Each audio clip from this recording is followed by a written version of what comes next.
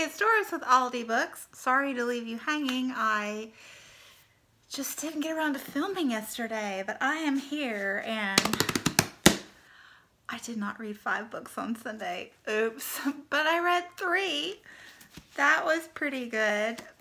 I'm still over by 2 on my TBR. It is just such a battle, but if I didn't fight the good fight, who knows how big it would be right now, right? Anyway, these are the 3 that I read Sundays, little tiny guys, obviously, because I didn't start reading until 4 p.m. But I finished another of the Little Faber stories. This was Mary Ventura in the Ninth Kingdom by Sylvia Plath. Jean and I are working on our chat, so won't talk about that just yet. I also finished Lion Island, Cuba's Warrior of Words by Margarita Engle. And what I like about Margarita Engle, this is my second of hers, is she really focuses on moments in time that don't get talked about that much. So her Silver People about the building of the Panama Canal was just brilliant. I liked this one quite a bit too. And this one, I didn't even really know much about at all. This is set in the 1870s on the island of Cuba, and it's right after the Civil War when slavery was abolished in the States, but a lesser talked about topic from the time is the strong anti-Asian sentiment on the West Coast. So you had a lot of the Chinese Americans fleeing to Cuba. And this focuses on a boy who helps some of those refugees, kind of almost an Underground Railroad effect on the island of Cuba with these Chinese refugees. So it's him and then a Chinese boy and his sister who also had been living on Cuba that are involved in this, and really neat story. And then I finished Jacqueline Woodson's Locomotion. This is the first in a little duology about a boy and a girl who are in foster care. It's told from the older brother, the little brother's point of view, but he's the oldest. He's not very old, probably like 10, I don't quite remember, but the parents had died in a fire, and the boy obviously is struggling, who wouldn't be, but his teacher encourages him to voice his feelings through poetry. So Jacqueline Woodson is just a brilliant and gorgeous writer. I love her works. So in similar vein, I finished a couple more middle grade verse books. Words with Wings. This one was another where the teacher is encouraging her students to write poetry, and this little girl, her parents got divorced and she has to move across town, and she's always been a daydreamer, but it's causing her problems in school. But she meets a new best friend, a little boy who's a doodler, so you know, together they aren't doing well in class, but the teacher finds what motivates them, and it's words, and loved it. And then Catching a Storyfish. The girl in this one is a little bit younger than the other 2, but this one, the parents, the family moves down south to where the grandfather is living, so they settle near him. And, you know, she's missing her old friends as well. And she was just a little chatterbox. They called her parakeet back home. But she doesn't fit in here with, you know, actually, excuse me, she moved north from the south. So she's not fitting in our new school environment because of her southern accent. And she loves her grandfather. There's a lot of fishing metaphor in here, so it's a little heavy-handed with that. You might, you know, if you don't like fishing. But anyway, I enjoyed it a lot. But yeah, it's her relationship with her grandmother and settling in and finding her voice again with encouragement from her teachers and the adults in her life. Meets a new best friend, and just great. This one has information on different types of poems in the back, which, you know, could be very helpful if you were using it in school to teach kids. So those were all super fun and enlightening reads. I love that in middle grades. So what else we have here? I finished this one that I cannot talk about, Circe by Madeline Miller, because round 2 of the BookTube Prize has started. I also finished Brooklyn by Colm Tóibín, and this was great. I thoroughly enjoyed this. This is an Irish girl in the 19-somethings, a while ago, but she moves to New York, to Brooklyn. A priest sponsors her and gets her settled in there, and she starts working in a retail establishment and kind of starts to get out from under the shadow of her big sister, who is just, you know, a golfer and, you know, a great employee and well respected in the town that they came from.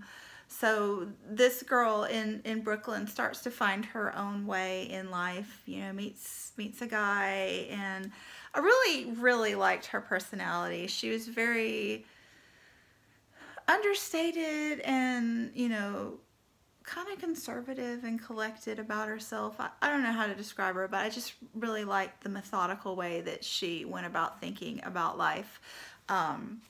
But she ends up having to go back to Ireland for a visit for reasons, and there's, you know, controversy there, and I don't want to spoil anything else about it, but the ending is a little bit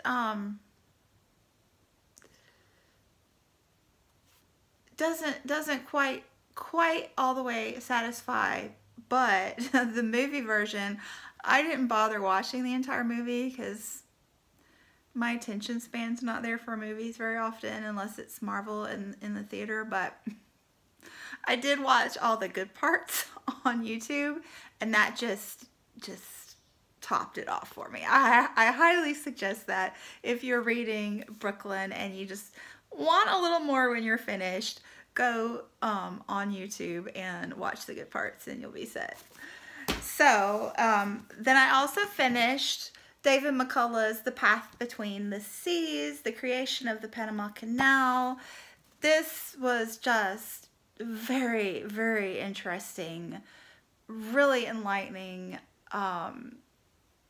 Wow, just what a major endeavor, and just touches on so many things besides making the world smaller. Medical issues with plague, you know, yellow fever and malaria, political issues with France starting this project and not being able to finish it, and intrigue in the way the United States then took over the contract, and issues with Colombia that I never knew about at all.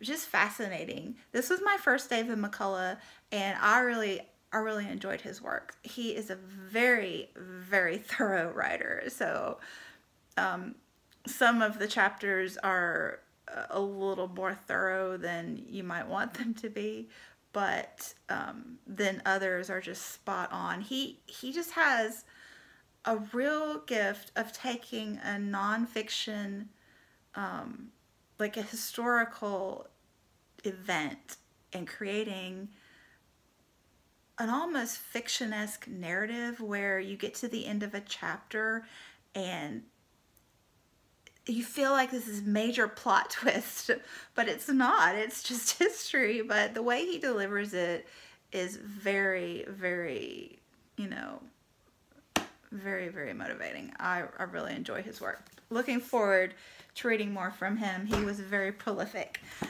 And then, let's have another drum roll. I've got a bail, Sean. Wow. So, yeah, bless. I would have finished this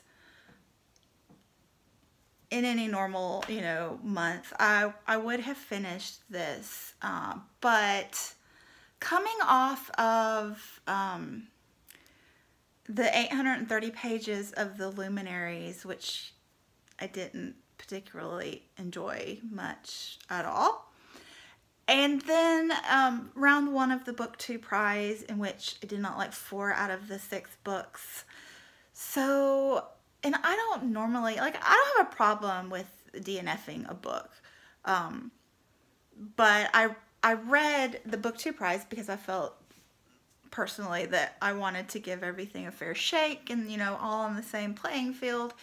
And with the Luminaries, just such a well-respected, highly touted, highly hyped novel, and this one who you just hear about so much, even though we know it's way backlisted, you just hear about this book all the time on BookTube.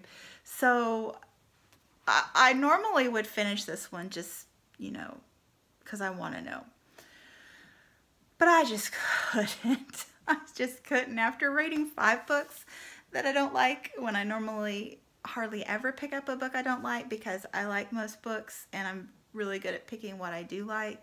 But anyway, I'm not telling you about this book. I'm just rambling. This book,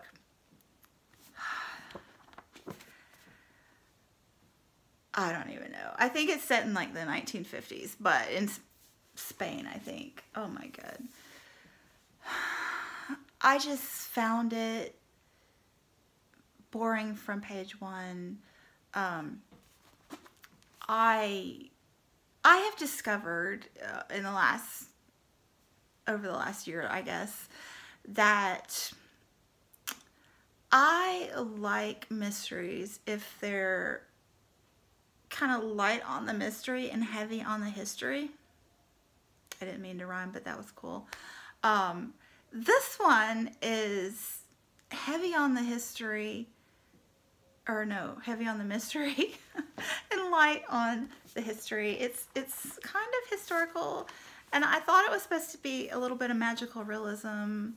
It's supposed to be kind of gothic-y. I read 220 pages, so almost half of it, and I was just way the heck bored. And the characters, I just finally realized that I went to the end and started peeking at stuff, and, you know, I saw some things happening, and I said, wow, you know, I really don't care if anything cool happens in the end, because I don't care at all about these characters. Not one bit do I care. So I quit reading it. And one of the reasons I quit was women are just treated as sexual objects in this book for no apparent reason. I mean, the main character is this boy. He's maybe 12 at the beginning, and, you know, our first introduction to him is him ogling this, I think, 16 or 18-year-old, and I get that that's a thing, and, you know, that's fine, but it's not necessarily, you know, what I'm looking for in a novel, is what I'm saying. And then, you know, I don't know, maybe 170 pages in, you're introduced to teenage boys. He's a little older now, but you're introduced to teenage boys' nefarious, lecherous sidekick. I mean, the conversations between teenage boy and dirty old man were just, I was not impressed, okay? I just was not impressed. So I saved one of my favorites for you, and I'll just end with this here. Okay, you ready for this? All right, here I am. This is dirty old man talking. It's past midnight, from which I infer that your meeting with the young lady was a roaring success. I shrugged my shoulders. This is teenage boy. The truth is, I don't know, I admitted. Did you feel her up? No? A good sign. Never trust girls who let themselves be touched right away, but even less those who need a priest for approval. Good sirloin steak, if you'll excuse the comparison, needs to be cooked until it's medium rare. Of course, if the opportunity arises, don't be prudish and go for the kill. But if what you're looking for is something serious, like this thing with me and Bernarda, remember the golden rule. Is your thing serious? More than serious, spiritual. And what about you and this pumpkin, Beatrice? You can see a mile off that she's worth $1 million, but the crux of the matter is this. Is she the sort who makes one fall in love? Or the sort who merely stirs up the lower parts? I mean, piece of sirloin steak here. All right, that's all I got today. Chat with you soon. Bye.